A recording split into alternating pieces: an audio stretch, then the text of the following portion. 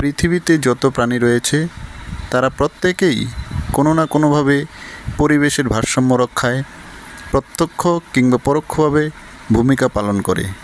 তাদের মধ্যে একটি হচ্ছে সাপ। বিশ্বে প্রচুর প্রজাতির সাপ রয়েছে, তাদের মধ্যে একটি হচ্ছে অজগর।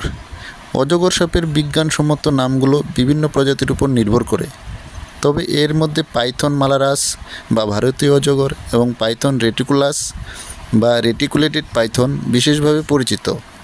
এরা পাইথনিডি পরিবারের অন্তর্গত এবং এদের বিজ্ঞান সমস্ত নামগুলো প্রজাতির উপর ভিত্তি করে পরিবর্তিত হয়। অজগর হচ্ছে পৃথিবীর অন্যতম বৃহত্তম সাপ।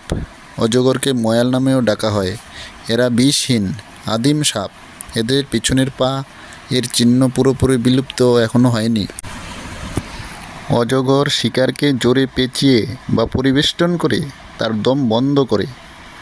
এরা শিকারকে সাধারণত মাথার দিক থেকে আস্ত গিলে খাওয়া শুরু করে, কারণ এতে শিকারের বাধা দেওয়ার ক্ষমতা কমে যায়।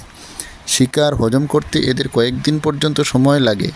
এরা মৃত প্রাণী খায় না। এশিয়া মহাদেশে ভারত, বাংলাদেশ, নেপাল, পাকিস্তান, শ্রীলঙ্কা, মায়ানমার, নিকোবর দ্বীপপুঞ্জ এই সাপের বসতি আছে। এছাড়া দক্ষিণ চীন, ফিলিপাইন দ্বীপপুঞ্জ ও ইন্দোনেশিয়ায় পাইথন দেখতে পাওয়া যায়।